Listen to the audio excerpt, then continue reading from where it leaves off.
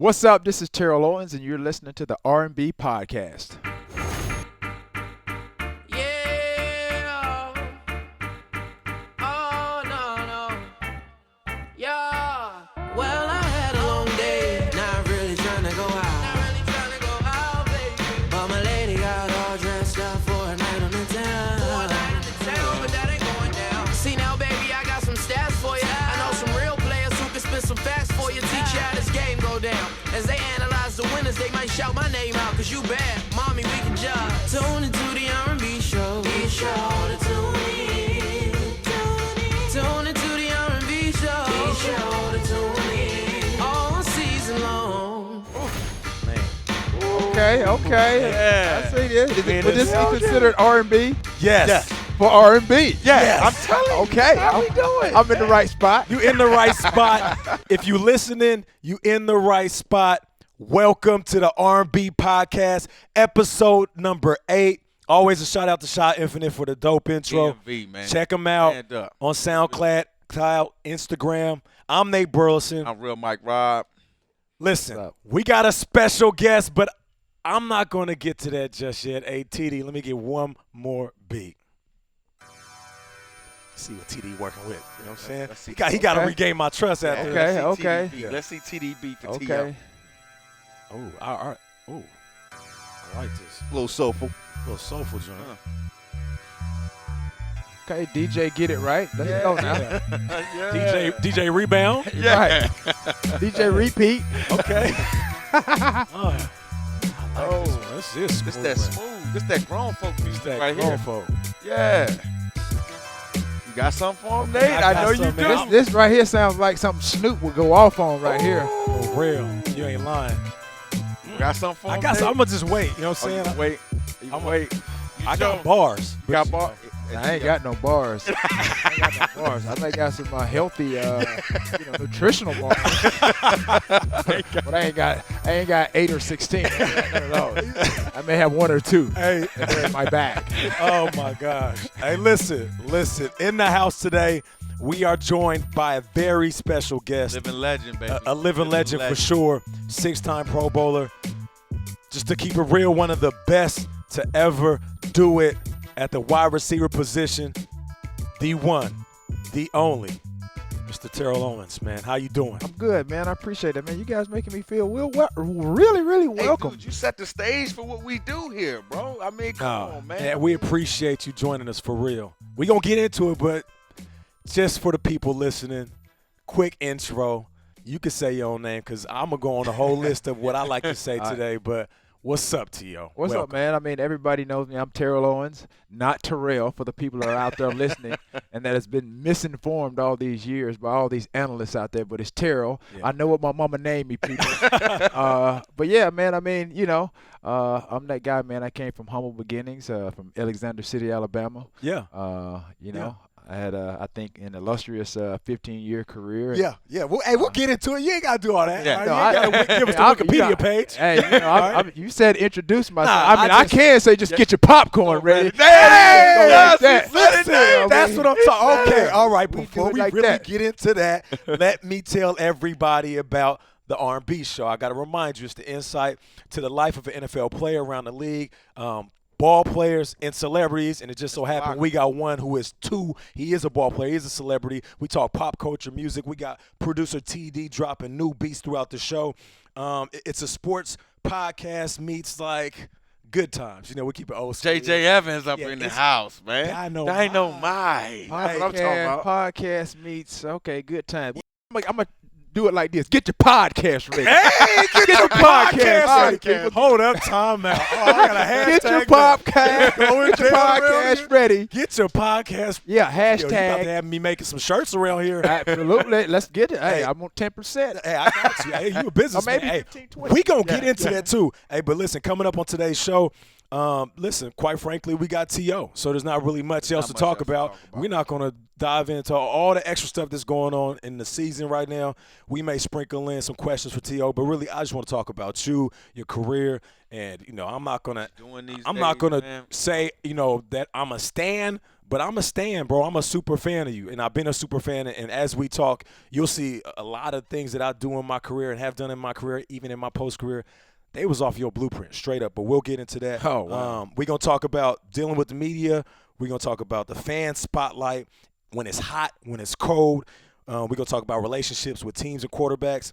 And we're going to ask you about the best receivers in the game and also the best receivers of all time. Okay. So this is our usual PSA, Mike. You know, you got to give them the PSA, tell them where to find us. Make sure you subscribe, iTunes, all that, Stitcher, all that. Please leave a review. We need a review. We need to get this video up and going. You can check us out on YouTube, NFL channel, all of that stuff. But we keep it 100. Yeah. And T.O. in the building today. We going to keep it super 100 today. That's all I you got, I'm telling you. And T.O., I'm going to start it off a little bit, man. Wait. Hold up, man. I want to get into we got it. another beat, though. Man, look, I want to talk to Big Homie. Okay, all right. bro. We'll get one more beat real quick. Come on, Nate. Let's get one more beat real quick. All right. You know TD hype about his beats. And he trying Oh. to get us back on his good side. Oh, What you this think sound a is little that? gutter right here. Okay. But it's a little Okay. corporate gutter. A little This gutter. sound like this could be on Empire. or something. A little gutter. Okay, I think I got something, Mike. A little gutter. Oh, Okay, hold up. Let me get my bag. let me hear something, Nate. Let me hear something, Nate. What's up? All right, you said it sound a little gutter. He said get your popcorn ready. That's a little butter. This is all wordplay, no stutter. Oh, We got T.O. in the building. That's no mutter. oh. Yeah, no sucker. You see, I don't My rap. man I just, did it. I'm On just the hyping best in the business. He walks up in the building. You don't gotta ask who is this T.O. You know. Tell him, he's got Nate. Straight nasty. Tell him, Nate. Sometimes he was grimy. Sometimes he was nasty. Oh. He run right past the DBs trying to guard him. Oh, come on, Nate. Oh, Come on, Nate. Okay. Come on, Okay. Nate. Get in my zone a Come little on, bit, Nate. man. Listen, we I got thought you T.O. was in the building. mood for a I was about second, to man. lose Nigga. myself. I had to stop myself from cussing. We I got know, kids listening. man. Yeah, man. PG. Keep it PG. All right, listen, man. We're going to jump into this first topic. There's no other player that I can remember in my generation that dealt with a spotlight hotter than yours. There's guys that deal with the spotlight from an athletic standpoint, and then there's guys that transcend the field and they get everything. They get the celebrity tag, they get the athletic tag, and I remember just watching it from a distance. You say, get your popcorn ready, and you said that on the field. But to me, I took that as we watching a movie. Like you was a movie, dog. Every day was something. So just out the gate, what was it like dealing with that type of pressure and that spotlight while you were still trying to be the best receiver in the world? Well, for me, man, I just said I took it upon myself when Jerry, started. He was at the end of his career, and I knew I had to kind of step into his shoes. I knew that there was a void that was needed. For me, I challenged myself to be that go-to guy. I challenged myself to be that playmaker. I knew the responsibility just watching from afar, kind of sort of with Jerry, with the responsibilities that he held. There's a lot that comes with being that number one receiver for your team. And I saw that, and I kind of enjoyed being a number two and a number three option with Jerry. So I knew as his years started to wind down and he went on over to Oakland, I knew that I had to be that guy. I tried to emulate some of the things that he did, but I knew I couldn't be Jerry. Yeah. There's nobody like Jerry. I don't think there ever will be anybody like Jerry. But I tried to bring what I brought to the table with some of my prototypical attributes. That was like my speed, my size. I adopted that yak, what they call yards after the catch.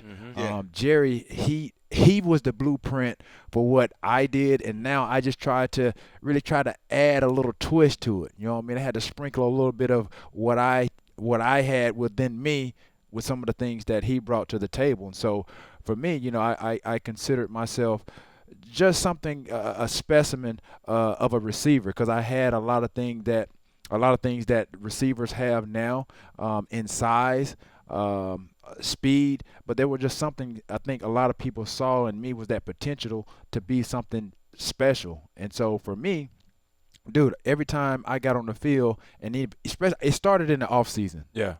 I envisioned things that I wanted to do on the football field while Jerry was there, and I knew when he left, I knew I had to be that guy. I wanted to win a championship. I wanted to win a Super Bowl championship for the city of San Francisco. That didn't ultimately happen, but I did whatever I could within my power to prepare myself for every upcoming season. It all started in the off season, and I tell kids now, when I go speak to kids now, you got to have your grades, you got to have a great education, and what the blueprint for me and where I got to where I am. I tell kids you can only have three. This is the only time it's acceptable to have 3 Ds. That's desire, dedication, and discipline. Everybody has that one thing. That's desire. Everybody has a desire to do anything. Right. But to get to that next level, you got to have that dedication and you got to have that discipline. And so that's what prepared me to be who I am now. I'll always say that Jerry's going to be. He will be the greatest of all time. In my mind, I'm right behind him. I don't care what receivers in what order. Yeah. For me, in my mind, he can be 1, I could be 2. If you want to narrow that gap, he can be 1, I can be 1A. Oh, I hear that. I hear that. Now, T.O., big dog, talk about, I spent time with you out in Seattle in 2012, and you spent a lot of time talking about Jerry and the impact he had on your game. Right. Did you feel a responsibility? I mean, as soon as you come on the show, this is Nate was a young wide receiver in this league. Did you feel a responsibility to be able to, show young guys the way, and being successful on the field, how to be a pro? That that's being lost in today's NFL. The big homie, the older guy on the squad that just shows us how to be a pro. Well, I think if you look at but if you look at the league now, there's not a lot of veterans. That are now still playing. They've weeded them out. It seems like once you hit your 30s, they're pretty much showing you the door. Right. So there's not a lot of veteran leadership. If you look at the league, in the locker room, it's like a lot of young guys trying to be mentors for the young guys. You know what I mean? So for me, what I tried to do is I led by example. I tried to do what I could. I wasn't a rah-rah guy. I let my play do the speaking for me. There were times where I picked my spots and I spoke up and I said what I had to say. I remember one time, vividly, there was a playoff game against the Giants, and we were down like 24, 25 points, at halftime. And I think a lot of my teammates at that time that was probably like the first time that they saw me really stand up, for my team and show some leadership verbally. Because any time after that, prior to that, it was just me going out proving it with my play, because there was a lot of criticism as to how I played with passion, how that was misconstrued, with my passion. For me, when I got into the end zone and what I did to get into the end zone, that was me leading by example. Yeah. All right, so there's so many questions I want to ask, bro, like for real. TD, I'm gonna get to that one, but I want to kind of rewind a little bit and talk about that spotlight, and I'll preface it by saying this. I played 11 years, right, and I got some touchdowns. There was times where I felt like nobody could stop me, and right. That was my like T.O. Chad Johnson, just like You cocky swag, right? I'm in that zone, right? But in my head, Randy Moss, I got to credit Randy too. Yeah. But I know in my head I'm not these guys. But, you got to trick yourself into believing you're the best in the business. And that spotlight I got as mostly a number 2 through my career, it was addicting. Like I was literally addicted to like the a attention, drug, huh? the praise. And part of that was the motivation too. Like I worked hard because I wanted that shine. Like I wanted to see 65,000 people stand on their feet. I wanted somebody to come up to me when I was going to the grocery store. Like I wanted to walk in a club and they say, oh yeah, we got you. Come on in. You ain't got to pay for nothing. Like or be at a restaurant and somebody say, hey, don't worry about it. The kitchen took care of the tab. I love that stuff, right?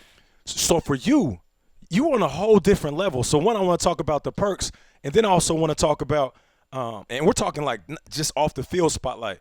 Like, was it addicting? Like, was some of, I'll call it antics is what people call it, but I did the same things you did. I celebrated, I showed out. But were some of the antics to continue to grab at that attention and that spotlight so it just became brighter and brighter? No, for me, it's just like a scripture, man. It's to whom much is given, much is required. And so for me, I adopted that in terms of what I possessed as a receiver, what I brought to the team, that swagger that I had. It was that confidence, that passion, and a lot of that throughout my career was misconstrued as me being cocky, me being arrogant. I feel like I'm a very intelligent guy, and I know the difference between arrogance and cockiness and confidence. Right. And so for me, I just carried that swag about myself, and for me, I just knew that I had come from a place where nobody ever thought that I would be coming from. I never saw myself playing beyond the collegiate level. I don't think a lot of people knew that when I came out of high school, I was getting recruited. The only reason I got recruited is because there was another receiver on our team that they were heavily and highly recruiting. And they saw film on him, and they saw me make a few plays here and there, and they just offered me a package. I mean, it was a package deal. So I went to the University of Tennessee at Chattanooga, and literally, like I said, I had no idea. I had no idea where I was going. I was in love with basketball. So I had some offers to play at some Division II schools of basketball, but I had already signed my football scholarship to Chattanooga, so I went. And again, the only reason I went was because my mom wasn't in a position to pay for school.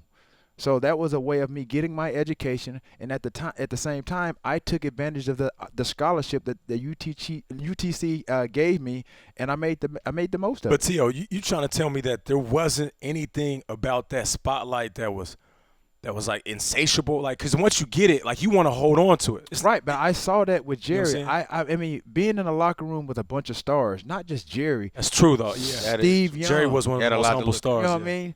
Tim McDonald, Merton Hanks, Lee Woodall, Dana Stubblefield. You know, as a rookie, dude, I'm coming in like 24, 25 years old. My eyes are wide open. Different era of football, too. Dude, my eyes are wide open. I'm looking at how Jerry, like you said, Jerry can go anywhere.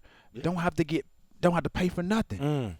You know, I watched how the fans, the women, everybody just flocked to him based on what he did as a football player on the football field. Those are the perks of being great, of becoming great in the process. And so I watched that, and as I evolved as a receiver, I became pretty much like the son of Jerry. You know what I mean? So I kind of just watched from afar, and I watched how he handled things. And there were some things that throughout my career I probably could have handled better.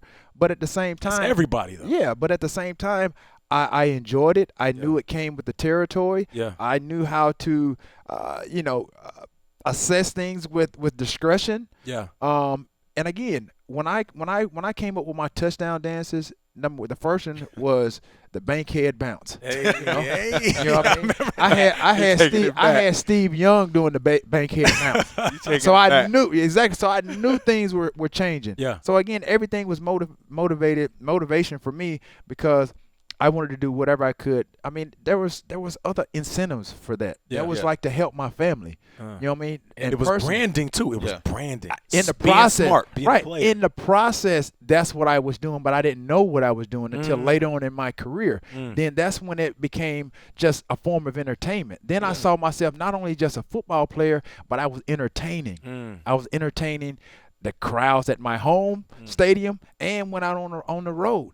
They couldn't do nothing but respect what I did on the football field because I did it, like I said, I did it the way I thought was the right way to do it in terms of not tarnishing the integrity of the league. My touchdown celebrations weren't obscene or anything like that. I was being creative. I had fun with scoring touchdowns. And that was my motivational factor too, is that every week I tried to one-up myself. Okay, so now I done it all. Like, I've sat in a hotel and practiced my celebrations. Whether I'm on the road, I'm playing the Eagles. See, y'all wild house. I play full. No, I'm saying, like, I'm about to do the eagle wings. I'm gonna shoot the eagle. Like, I was and T.O.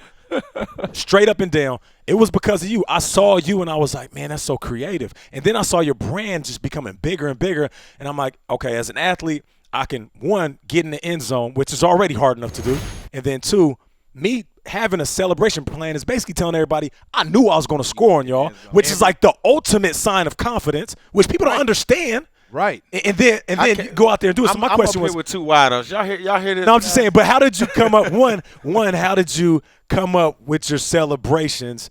And they were impromptu. And two, what was your favorite? that it was impromptu, just like the one that I got ridiculed so badly for by analysts across the country was the Sharpie. Like I did that, it was impromptu. Which one of the most legendary. That and Joe Horn's cell phone. But then you had a Sharpie in your. But I did it. I didn't have it in my sock the entire time. I asked the trainer for the Sharpie right before that series that we were going out. Right before that series, right? So you knew you was about to get in the end zone. Exactly. I knew it was about to go down. Oh, man, that's dope, bro. And the thing is, it's like people take that as arrogance, bro. That's confidence. That's confidence in what I was doing. And my friend that I scored on, Sean Springs, he didn't have a problem with it. At least that's what he told me. Right. But we had a mutual friend, and Greg Eastman, that lived in Arizona, but the game was being played in Seattle. So they came to the game, and I saw Greg in the hotel. He's like, yo, I need an autographed football, whatever, after the game. And so I'm like, oh, okay, I got you.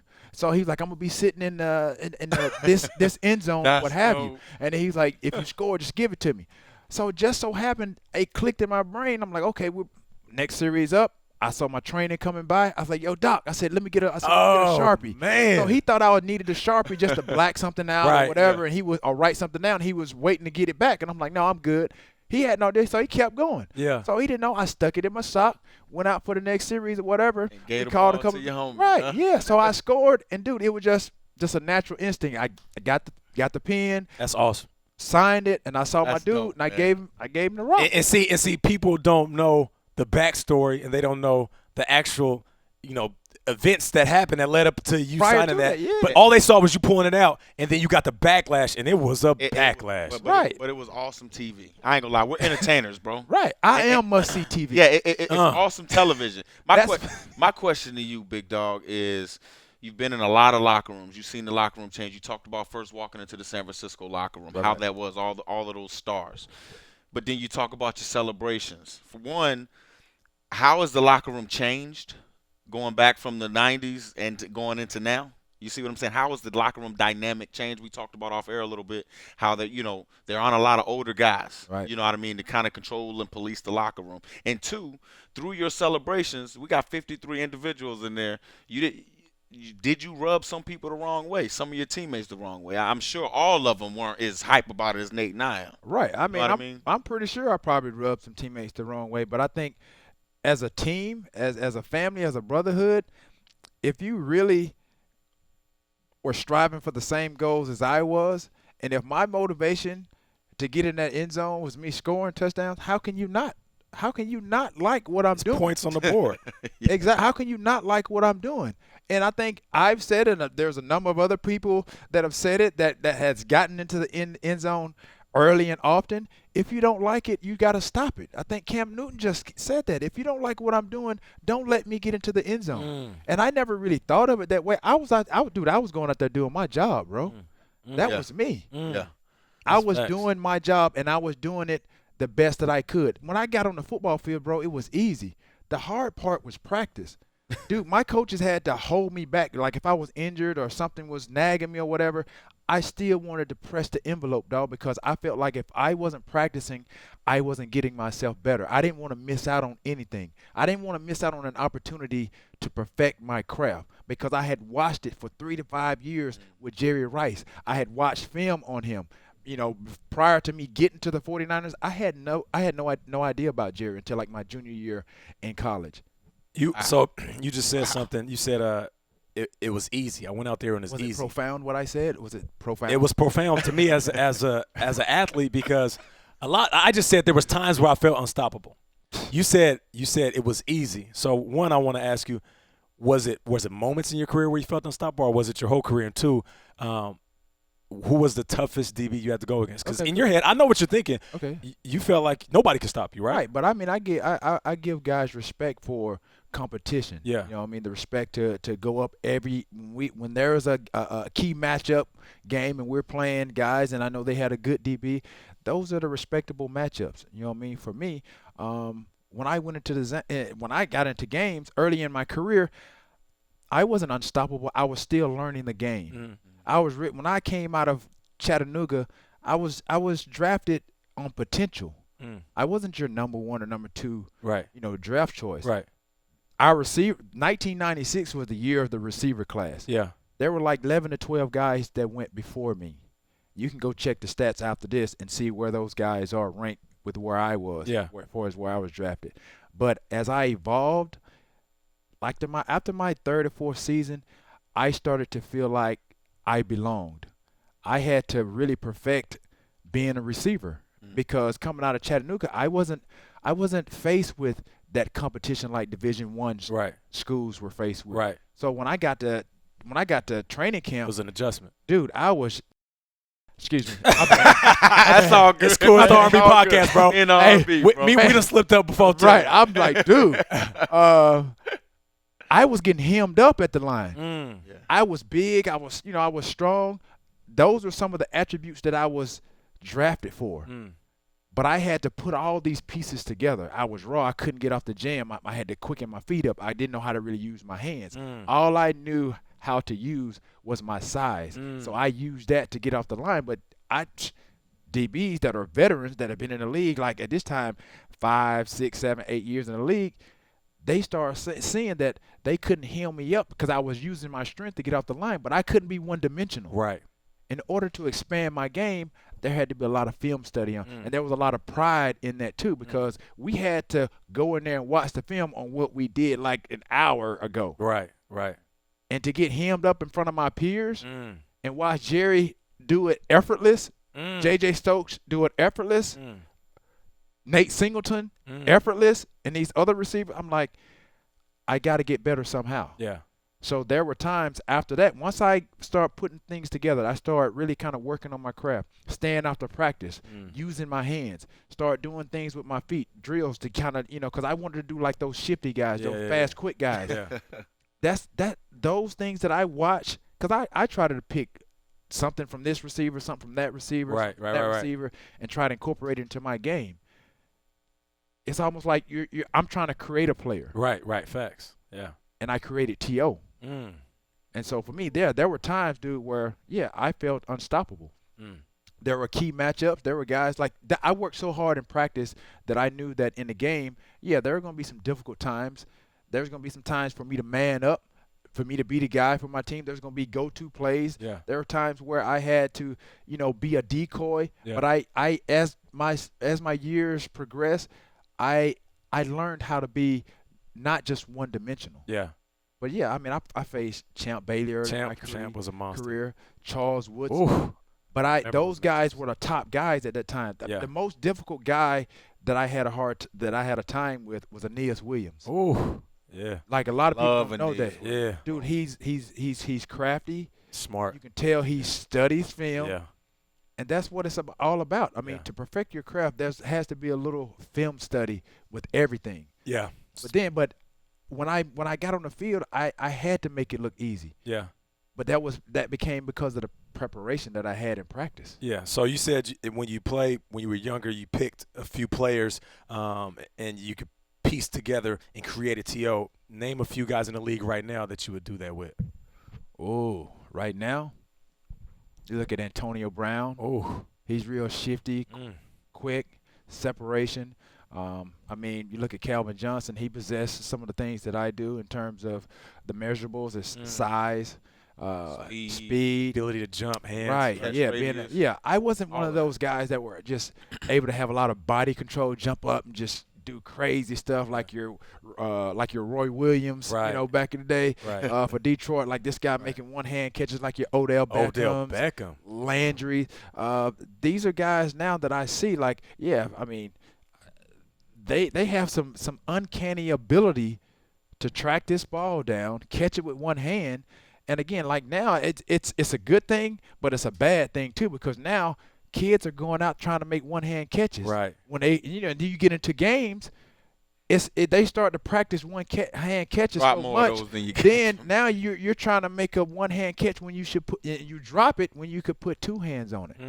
But everybody don't possess that ability like your Odell Beckham. That's a gift. Yeah. You know what I mean? And now I think he's starting to realize that one catch has put him on the map, so to speak. Now he has to He has to transition that and put it into one bag to be a complete receiver, just like he did last night. Right, he was. And be a game breaker, a game changer. Yeah. T.O., how important, I'm going to kind of flip the script a little bit, how important is a QB and wide receiver's relationship? I mean, it is and it isn't. Because there are situations where I didn't particularly have the best relationships at times with my quarterback, but I didn't let that affect how I went out and prepared and how I played on the football field. There were times like, Donovan and I didn't really get along. There were times where Jeff and I didn't get along, or the head coach and I didn't get along, but I didn't let that affect me. And for me, that shows you how professional I was. That's a consummate professional, that I blocked all those distractions out and still went out on the football field and performed, because I knew that whatever the situation was, if I went out there and didn't perform and play up to the capabilities, then it was going to be on my shoulder. You know what I mean? All the negativity was going to be on my shoulders. So I didn't give the media anything to run with. All they can do, it didn't matter. But how weird is that? Like, because I played quarterback before, right? And how weird is? I played it. You don't look like a quarterback. Heisman finalist, baby. Ain't no time for your individual accolades. Hold on. Wait. No, look at him. You're way too buff. But look, check this out. No, hold on, wait. Hold up, Nate. Let me get this in, All right, dog. I know that quarterback. I know this your people. All right, go ahead. But there's those conversations sometimes you gotta have, where it's like, if you don't like me, right, that conversation, you have to be. That's a lot of self-control on your part to be able to still go out there and communicate, do your sight adjust, still do all the things that's required of that chemistry people always talk about. I mean, how were you able to do that, bro? Like, I just, because I knew, for me, bro, I was playing a sport and I was competing at a high level with some of the greatest people that have ever played the game. And I'm playing a sport that I really didn't have a passion for, any aspiration to play. But I was playing it just as good as they were, if not better. So for me, what I was doing and what people were seeing on that field every Sunday, Monday, it was a treat. So for me, I knew that in the back of my mind, like, if I go out there and screw up and not play up to my capability, it just really validates what any analyst may say on Monday morning about what they thought they heard or what they knew about me as a person. I didn't let that distract or deter what I had to do on the football field, because my job in between those lines is to catch the ball, get to the end zone, help my team win. That was my motivation. That was my preparation every offseason. So when I know what I did in the offseason, you could see it with my body, and you saw it with what I did when I caught that ball and I got to the end zone. Before we get to this beat, real quick, because you said my body, and everybody knows you as a prolific athlete and still in shape. 2 questions. 1, can you still play? And do you want to play?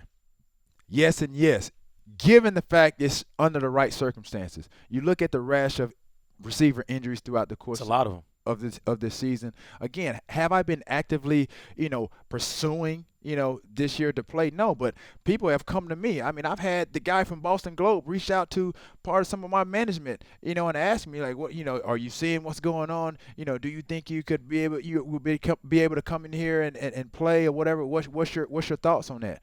Looking at that situation, understanding that organization, understanding the coach. I mean, I know guys that have played for him.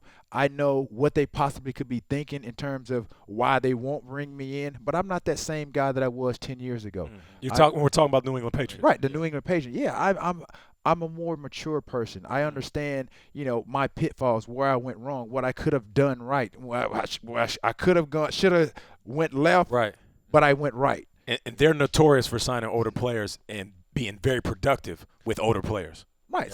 I.e., Randy Moss went there when everybody thought his career was over and went off. Went ham, bro. You know what I'm saying? We're going to get back into relationships with players and coaches. Hey, TD, let me get one more beat real quick. This is good stuff, man. We can do this all day long. You want go to my production meeting, man. Go to the production meeting. Let me see, Mike. We got something? Okay. Pop song. It's got some bounce to it. It's a pop song right here. Okay. This that missile. T.O. on the drums, you hear him over there? Yeah. Hey, listen, we got T.O. He's the best to ever do it. With that movement on the field like fluid water. And the slot get busy. DB's turn around, got them boys kind of dizzy. Hold up. Okay. Okay. Beat. Oh, he came with a new beat. Okay. I wish I could rap. I know. I ain't got it in me, dog. That ain't what I do. I ain't got it in me. I didn't even know that beat was going to drop like that. I thought that was a whole different beat. Yeah, man. It's a Vegas beat right here, man. Yeah, you're going to have us turned up in here. All right, so let's jump right back into the conversation. We got Terrell Owens in the building. Not Terrell. Terrell. For everybody out there, Right, get it right. You know, and much appreciated, man. This has been an honor. Before I get into that question, because I want to dive back into wide receiver QB relationships. Like I said, there's a lot of things I've done over my career. I celebrated in the end zone because I saw you do it. I started branding myself because I saw you do it. My shirt right here is Lion Blood. I'm a Leo. This is my brand. Okay. And straight up, no jokes aside. I created my brand in the thought that if T.O., because when you were in Dallas, you had those shirts. I think you might have partnered with Reebok, maybe. No, not Reebok. You had your own shirt. Yeah, I had my own. Yeah, it was your own brand. My bad. And it was the I love me some me. Yeah, and exactly. Yep. It was I catch. I pick. I block.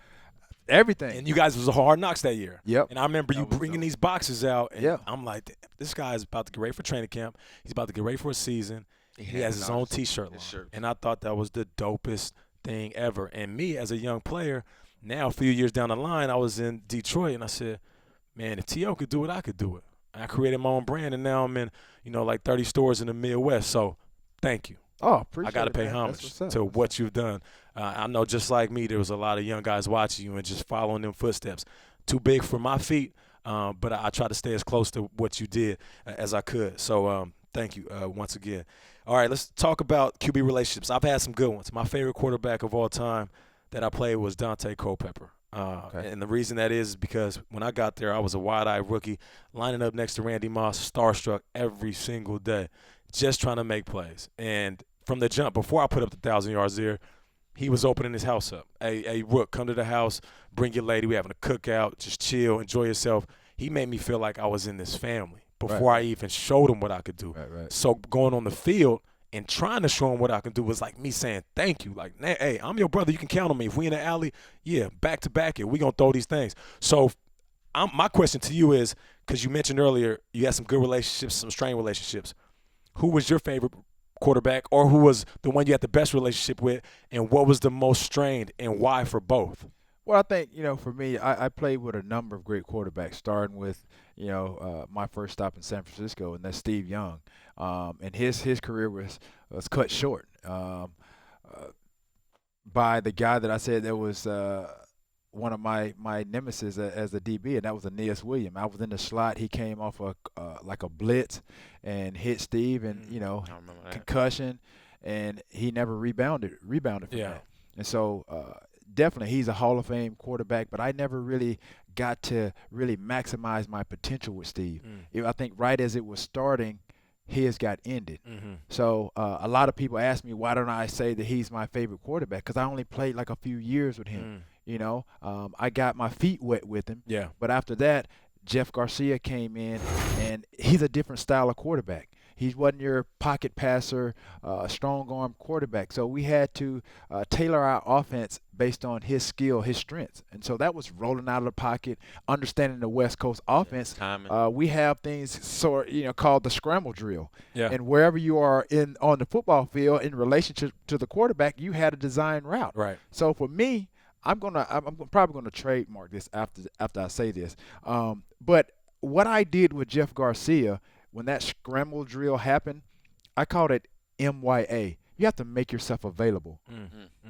And so that's what I did with quarterbacks like that were really shifty, quick, made plays with their arm and with their feet. So if you look at a lot of my highlights, sometimes there were plays that broke down. I just had to get in relationship with the quarterback, get the ball, I made myself available, and then I did something with it after that. So Jeff, I could say he was instrumental in a lot of my success, but we complemented each other.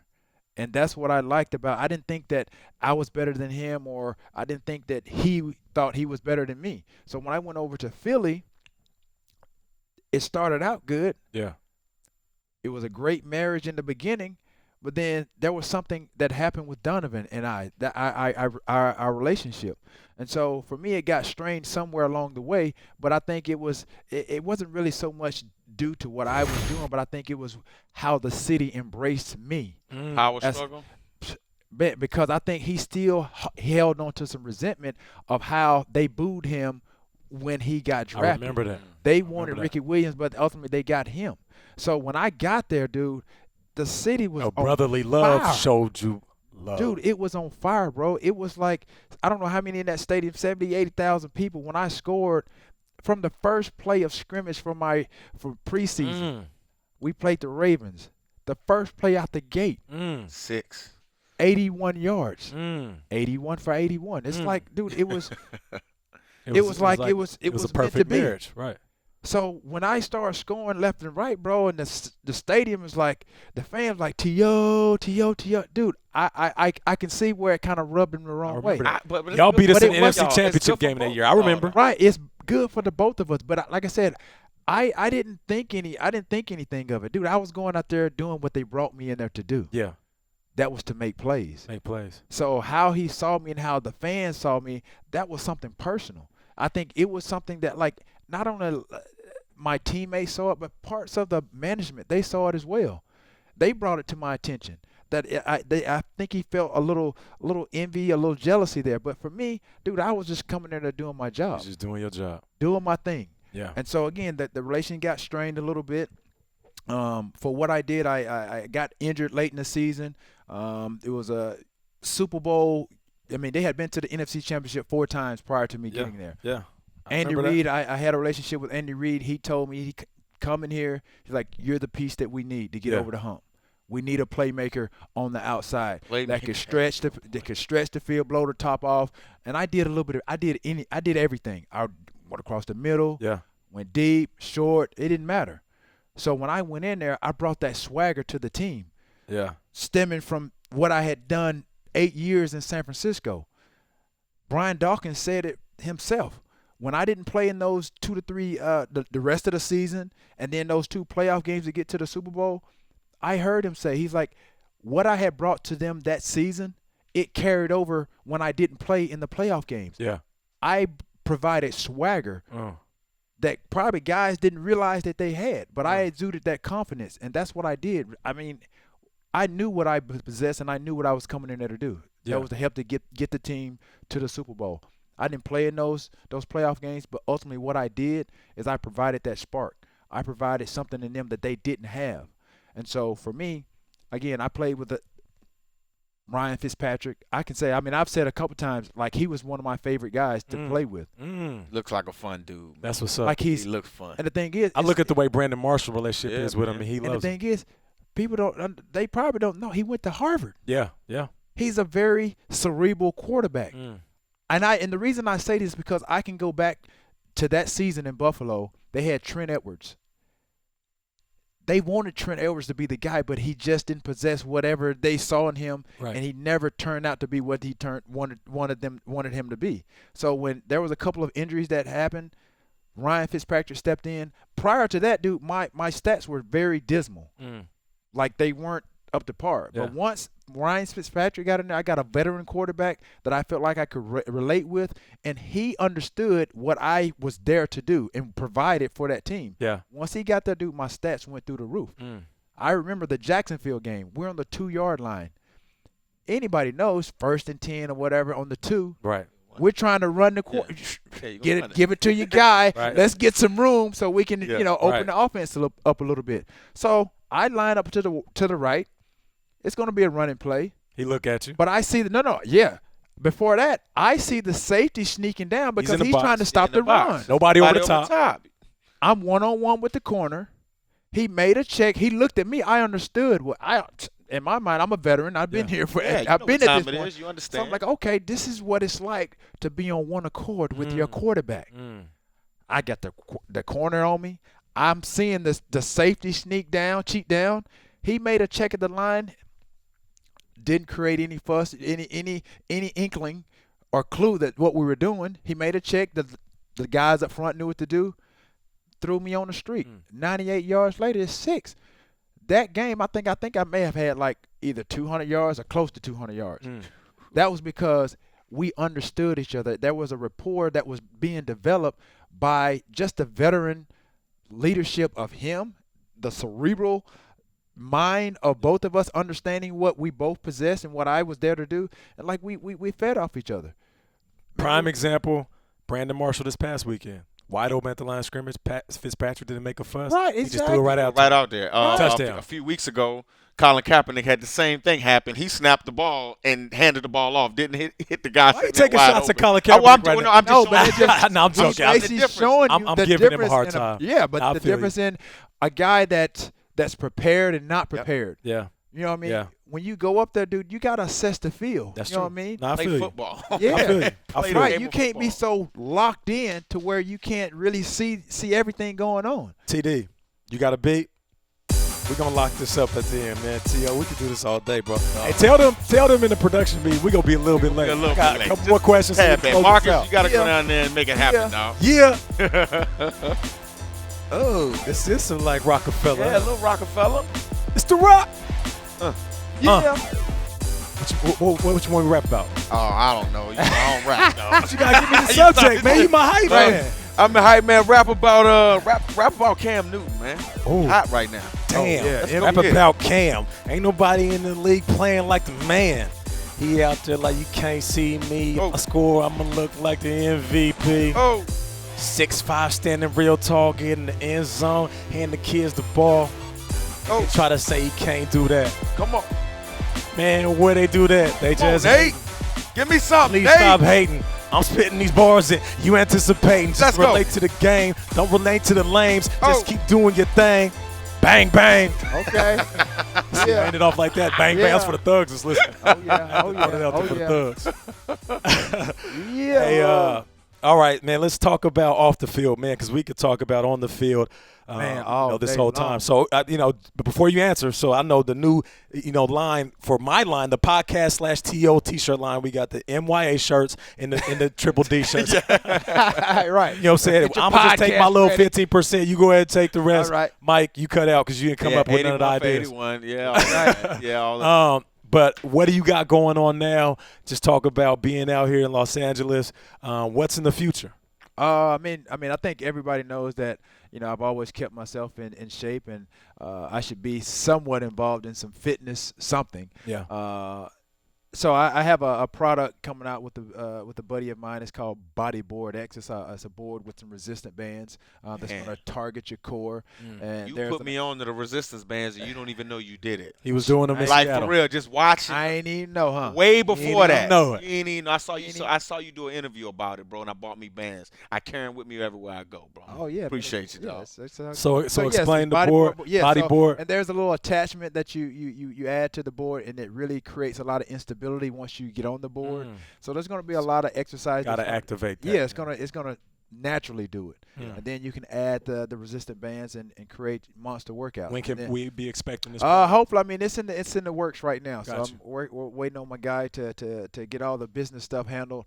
But most importantly and most passionately that I've been working on probably almost a year now is my Clothing fashion line, my clothing line, Yeah. and it's called Prototype 81. I'm familiar with it. I Okay. saw it. Yeah, so that's what that's my passion at the moment. So What type of clothes? it's gonna is be it's called athleisure. I think that's where a lot of the fitness clothes and fashion is going now is the athleisure wear. And so what that is, it has an athletic look. It's casual, it's comfy, but yet fashion forward. It's something where, especially it's men's and women's. Yeah. Something that you may possibly could wear to the gym, but you could also wear it out. You can go day shopping. Right. You can wear it, wear it to the Go airport. meet some travel. friends for drinks. Right, absolutely, and not really feel out of place. Yeah. So it's going to be real casual, real fashion forward. So that's what I'm doing right now. That's what's up, man. You got that out right now? It's in the process. In so the process. man, I'm learning everything. Behind the scenes, you've been exactly. working. I'm going into fabric stores. I'm sourcing Okay. my own You're fabric. hands-on with it. Exactly. I've been seeing stuff Knowing online. The difference between PK fabric, That is. two-way, Yeah. Okay. four-way, Price points, and Exactly. what you buy it for, what you sell it fleece, for. I know all of about that, it, man. So It's That's what's up. spandex, rayon, tri-blends. I mean, so yeah, man, that's what I'm doing now. So, trust me, it's coming. Before we let you go, I want to know, what was your coolest celebrity moment? Probably meeting Michael Jordan, Mm. and I remember exactly where I was. But you were sponsored by Jordan. Yeah, at one point in time. Yeah, after that, I didn't know. After meeting him, I can't remember what the year was, but it was when the All-Star game was in Atlanta. And I think it may have been Keith Sweat's club at the time. And I'm talking about everybody was trying to get in this club. I mean, it was dark in there, so I had no idea where I was, and so I'm in the vicinity. And they said, "Man, that's Michael Jordan." So I went over and I introduced myself, and I'm like, "Hey, how you doing, Mike? This is Terrell." Yeah. He's like, "Oh man, Mike is super friendly." Mm. Yeah. You know what I mean? He's like, "Man, I know who you are." How'd that make you feel when Mike said that? Dude? That might have been what took my game to Yeah. another level, and I didn't even know it. I feel you though. Sometimes you meet a celebrity, they know seriously, you. bro. It's the best feeling No, in the this world. is Michael Jordan, like at the height of his bro. That's dope. Michael Jordan. Air Jordan For real. or Air Michael. You feel Jordan, like a however little you wanna call kid it. when he Dude, say that. Oh man. For him to say, "I already know who you are," Mm. bro. It solidified who you Dude, are. I probably levitated off the ground and didn't even know it, bro. Because literally, like, for me, dog, that I was like, wow, like, I played it cool. But when I went home, man, I told my mom, I was like, I met Michael Jordan. Mm. And I told him this whole describing it. And I'm like, he said he knew who I was already. So for me, dude, that was like a step in the direction of I had kind of arrived. Yeah. In a sense, for somebody like Michael Jordan to say he already knew you, Oh, dude, That's it was unreal. that's what's up. Hey, TD, what's up? What you got? Fun little story. ATL is where I'm from. I actually played at the same gym you did back in the day at a Crunch playing hoops. Way back. Oh man! Buckhead. Right there in Buckhead, all day long. Small world. I was about to say, did he give you some buckets? I mean, you brought up the He story was like, he was leaving when my team got on. So oh, you ran him off the court is what you ran him said? off the well, court. we won the next 4 or 5 games. But, Right, but the thing is, you want me to tell you what's something interesting about me in my career, and the thing is, it's like I feel like knowing what I'm about to tell you, like if I would have really focused on it, dude, there's no telling what my career would have been like. But the first 8 years, bro, I never ran a route in the off season. What? Not one. You just did speed training or I didn't even lifting do weights? speed training. All I did was lift weights and play basketball. That's all I did. Play basketball. That's how you That's how I love basketball. Still So, to this day, yeah. what? You feel like you could play in the NBA, huh? What? I know. Listen, we got, Well, let me You finish see- my you- thought. did But you let me see the finish- passion all in right, it? let me- Go let me ahead. finish my thought, though. Go ahead. The first time I got on the football field during the off season was when I went to Philly, and that was where they tried to adopt or really just tell me, okay, we got to have some chemistry with you and Donovan. Yeah. So I was coming in, like I said, I had gotten signed in the offseason or what have you. So we had some catching up to do. So they wanted to kind of hit the field running. So literally, like during the offseason, Donovan lived in Arizona. He had called up some guys like, yo, Let's go hoop. No. Let's go. Let's work on. Oh. We were running routes. In That was my Arizona. first time. He's like, yo, let's get on out the there football field. For me, I'm like, huh? But I'm like, all right, I'll do it. Does it every year. So those are some of the things that, like I said, I never did with Steve Young. Mm. You know what I mean? I never did with Jeff Garcia or Elvis Gerbach. People Right. remember him? You know, Yeah. or Tim Tate. The times we got together was in training camp or OTAs. That was the only time that I spent. But in the offseason, that was my first time ever. That was going into my 9th season is when I ran my first route on the offseason, really practicing. That's really crazy. developing some chemistry, trying to get some timing down with my quarterback. That is crazy. Man, That's that makes crazy. it even more incredible. That's with the crazy. career, Dude, I'm man. telling you, and I thought about that like not too long ago. I'm like, I never really did that. Hey, listen, hopefully at one point we can get you back here, and we ain't even going to be the host. We're going to have you sit in one of these seats. Yeah. We're going to be off in the cut. You run the show. We can do a TO part 2 if you down, bro. This is an honor. man. Thank you, man. TD, give us a beat. We're going to wrap this up, man. It's R&B Podcast. Dang, that was was fire. dope, man. I like that. T.O., that was dope, bro. Hey, Oh, appreciate it, man. appreciate it, dog. Oh, For man, real. appreciate It's you been- guys, Can I get a man. picture, Like too, before we wrap? Yeah, man, the greatest. Ooh, this is some Oh. smooth two-step, like Oh some yeah. Chantel You see two-step. that hat? This right. This. How you do this? Hey, look like you're in a 90s music video. Oh, Yeah, man, it's a wrap. That's what's up, T.O.